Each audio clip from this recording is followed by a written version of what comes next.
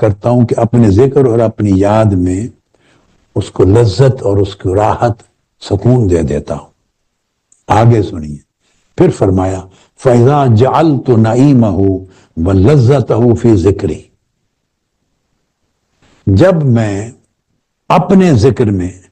اس کے لیے راحت رکھ دیتا ہوں اور لذت رکھ دیتا ہوں، جب اس بندے کو اللہ کے ذکر میں اللہ کی یاد میں لذت آنے لگتی ہے، لذت آنے لگتی ہے، راحت آنے لگتی ہے، کیفیت آنے لگتی ہے، تو پھر آقا علیہ السلام نے فرمایا کہ اللہ پاک فرماتے ہیں جب میرے ذکر میں اسے لذت آنے لگے، میرے ذکر میں اسے کیف و سرور آنے لگے اور میرے ذکر میں اس کے دل کو راحت ملنے لگے، تو اللہ پاک نے فرمایا عاشقنی، عاشقنی، وہ بندہ پھر میرا عاشق ہو جاتا ہے.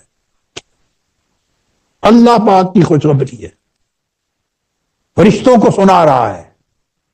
آقا علیہ السلام کی زبان اقدس سے ہمیں پہنچا رہا ہے اس لفظ کے ساتھ کہ سمجھے وہ بندہ میرا عاشق ہو گیا ہے،